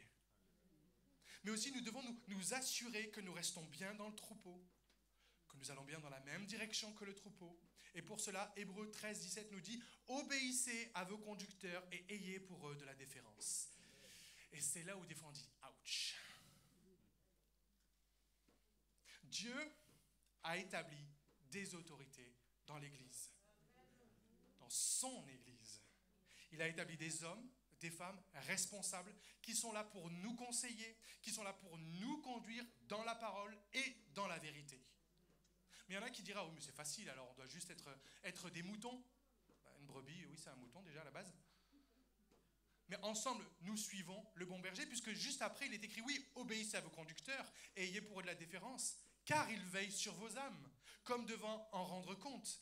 Qu'il en soit ainsi, afin qu'ils le fassent avec joie et non en gémissant, ce qui vous ne serait d'aucun avantage. Et le verset 18 dit, priez pour nous, nous les conducteurs spirituels, car nous croyons avoir une bonne conscience, voulant en toute chose nous bien conduire. Si ta responsabilité, c'est de suivre et de prier pour le conducteur spirituel. Le boulot du conducteur spirituel, c'est ce qu'on a vu en tout premier, c'est être exemplaire, c'est nourrir le troupeau et c'est protéger le troupeau. Et il y a un moment où nous serons tous devant Dieu pour le jugement dernier. Et nous devrons tous rendre des comptes. Ce ne sera pas du « est-ce que tu as eu des bonnes idées ? Est-ce que tu as réussi à influencer du monde ?» Non, est-ce que tu as fait ce que j'attendais de toi ? Pour les chrétiens qui n'ont peut-être pas beaucoup de responsabilités dans l'église, c'est est-ce que tu as bien suivi les conducteurs que j'avais placés dans ma maison, dans mon église ? Mais pour les conducteurs, ce sera est-ce que tu as bien veillé sur mon troupeau ? Donc ne pensez pas que le pasteur, parce qu'il a peut-être la chance d'être devant tout le monde le dimanche matin, parce que lui, il est toujours en train de parler dans le micro, il sera exempt. Non, au contraire.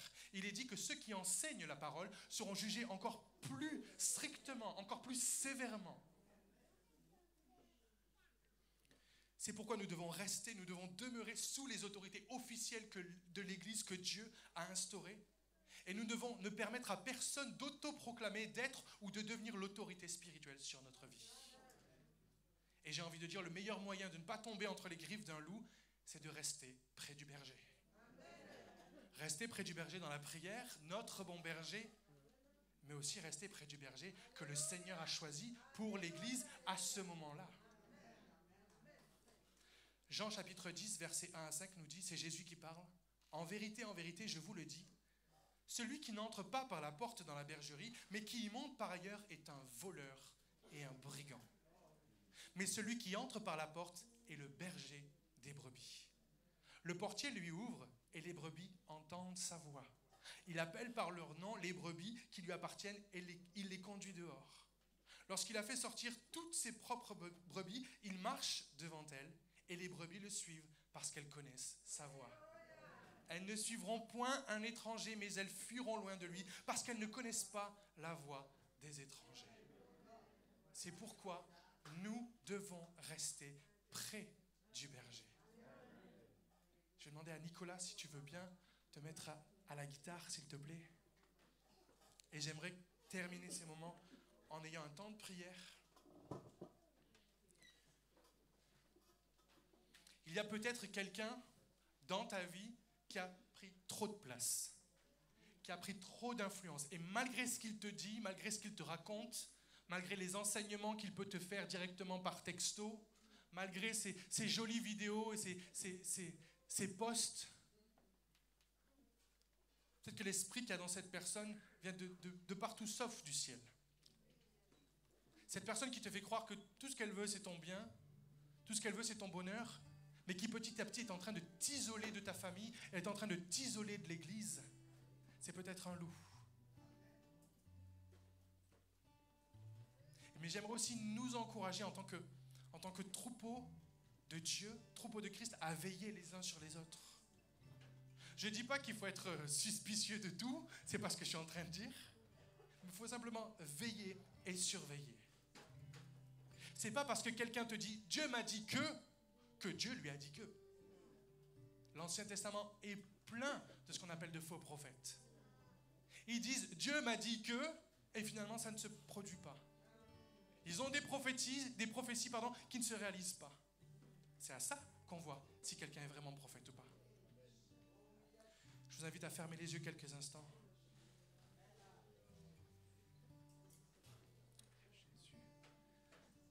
Seigneur Jésus, je te prie pour l'église de Mantes-la-Jolie. Mais je te prie pour chacun et chacune de ses membres. Seigneur Jésus, je te prie si tu as pu mettre en lumière une relation avec une personne qui n'est pas de toi, Seigneur. Si tu as pu mettre le doigt sur cette relation, donne la force, le courage à ce frère, à cette sœur, de briser cette relation. Et c'est en brisant, en coupant cette relation que parfois on verra si la personne est vraiment bien intentionnée. On verra si la personne nous aime vraiment ou si la personne veut juste qu'on soit son petit chien, qu'on soit son disciple. Seigneur Jésus, je te prie de nous aider à veiller sur nos vies. Je te prie de nous aider à veiller sur notre Église. Et je te prie aussi de nous aider à veiller sur nos pasteurs. Et alors que nous avons les yeux fermés, j'aimerais vous demander quelque chose. J'aimerais vous demander de prier pour les autorités que Dieu a instituées et instaurées dans votre Église. De prier pour le pasteur Laurent, de prier pour son épouse Damaris, pour prier pour les responsables d'ATK, pour prier pour les responsables de Gen Libre, pour prier pour les responsables des intercesseurs. Parce qu'au plus vous aurez de responsables qui ont du discernement, au plus vous aurez des responsables qui sont bénis, au plus vous aurez des responsables qui sont loin de l'Esprit de Dieu, au plus ce sera des filtres qui vous permettront d'être protégés, qui vous permettront d'être préservés de toutes les attaques du diable.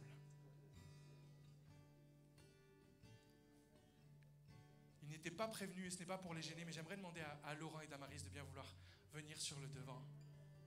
Et j'aimerais que Église de Mantes-la-Jolie, on puisse prier pour eux. J'aimerais vous demander de vous lever à votre place et de bénir le pasteur Laurent, de bénir Damaris. Parce qu'il est écrit, il n'est pas avantageux qu'il fasse le ministère en râlant. Il n'est pas avantageux qu'il fasse le ministère sous la contrainte. Mais au contraire, au plus ils seront bien dans l'Église, au plus ce sera facile pour eux de pouvoir faire ce que Dieu a mis dans leur cœur. Levons nos mains en direction de notre frère et de notre sœur et bénissons-les. Merci Seigneur Jésus pour ce que tu as fait dans leur vie. Merci pour le ministère que tu leur as confié, Seigneur Jésus. Merci Seigneur mon Dieu pour l'onction, Seigneur mon Dieu, qu'il y a sur leur vie, dans leur famille, dans leur foyer, Seigneur Jésus. Nous voulons les bénir, nous voulons les garder, Seigneur mon Dieu. Nous voulons prendre soin d'eux, nous voulons faire attention à eux, Seigneur Jésus, afin qu'ils puissent faire le ministère, Seigneur mon Dieu, auquel tu les as appelés. Seigneur mon Dieu, merci de les aider à prendre soin du troupeau. Merci Seigneur Jésus d'ouvrir leurs yeux spirituels, d'ouvrir leurs oreilles spirituelles. Merci Seigneur mon Dieu de leur donner des visions, des songes, des prophéties, des paroles de connaissance, Seigneur mon Dieu, afin de pouvoir protéger, afin de pouvoir prendre soin, Seigneur mon Dieu, du troupeau, Seigneur mon Dieu, que tu as mis entre leurs mains, Seigneur Jésus. Merci de toujours les aider à réaliser que c'est toi le bon berger, Seigneur mon Dieu, que nous sommes, Seigneur mon Dieu, que tes serviteurs, que tes disciples, Seigneur Jésus. Merci, Seigneur Jésus, pour ce que tu as déjà commencé à faire, Seigneur mon Dieu. Nous te bénissons, nous les bénissons, dans le nom de Jésus. Dans le nom de Jésus, dans le nom de Jésus, nous les bénissons, Seigneur mon Dieu, et nous les remettons entre tes mains, Seigneur Jésus. Merci, Seigneur Jésus. Louange à toi, Seigneur Jésus. Merci. À toi, Seigneur Jésus. Alléluia, Jésus.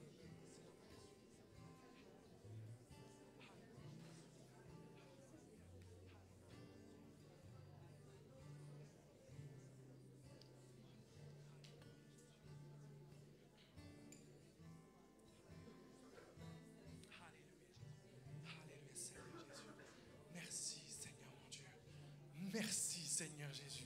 Merci de nous donner, d'obéir à ta parole, Seigneur Jésus, afin d'en être bénis, Seigneur Jésus. Nous voulons bénir et ne pas maudire, Seigneur mon Dieu. Nous voulons, Seigneur Jésus, bénir, Seigneur mon Dieu. Nous voulons bénir, Seigneur mon Dieu, les autorités que tu as instaurées, Seigneur Jésus. Remplis le pasteur Laurent, remplis son épouse, Seigneur mon Dieu, remplis leur foyer de ta présence, de ton onction et de ton action, Seigneur mon Dieu, afin que nous puissions en être au bénéfice, Seigneur Jésus. Donne-lui une révélation fraîche de qui tu es. Donne-lui une révélation fraîche, Seigneur mon Dieu, et puissante de ton amour, de ta compassion, Seigneur, afin qu'il puisse la partager à son tour et que nous aussi, à notre tour, nous puissions la partager autour de nous, Seigneur. Nous bénissons, Seigneur mon Dieu, nous bénissons notre Église, nous bénissons notre ville, Seigneur mon Dieu, nous bénissons, Seigneur mon Dieu, ton Église, l'Église de Jésus-Christ, que tu t'es acquise par ton sang. Merci, Seigneur Jésus. Alléluia. Alléluia. Et peut-être qu'en ce moment, ça va très très bien à l'Église, peut-être qu'il n'y a absolument aucun problème de ce côté-là, et tant mieux. Mais l'apôtre Paul et Jésus ont dit que ces choses vont arriver.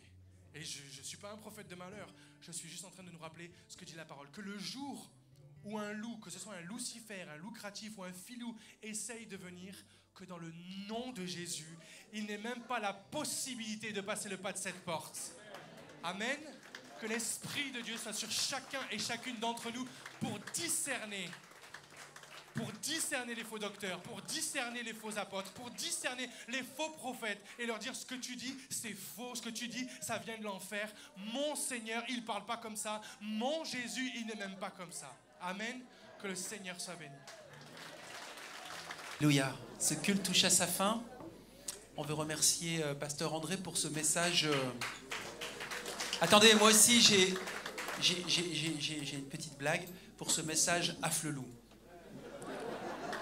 Parce qu'il nous appelle à développer à nouveau une vigilance, un discernement, une nouvelle vision, ou un rafraîchissement de la vision de ce que la parole de Dieu nous enseigne. Donc nous les bénissons également, André, Stéphana, Déborah. Ils vont passer du bon temps en famille maintenant et on se réjouit aussi avec eux. Bon dimanche à chacun et à bientôt, la joie de nous revoir cette semaine.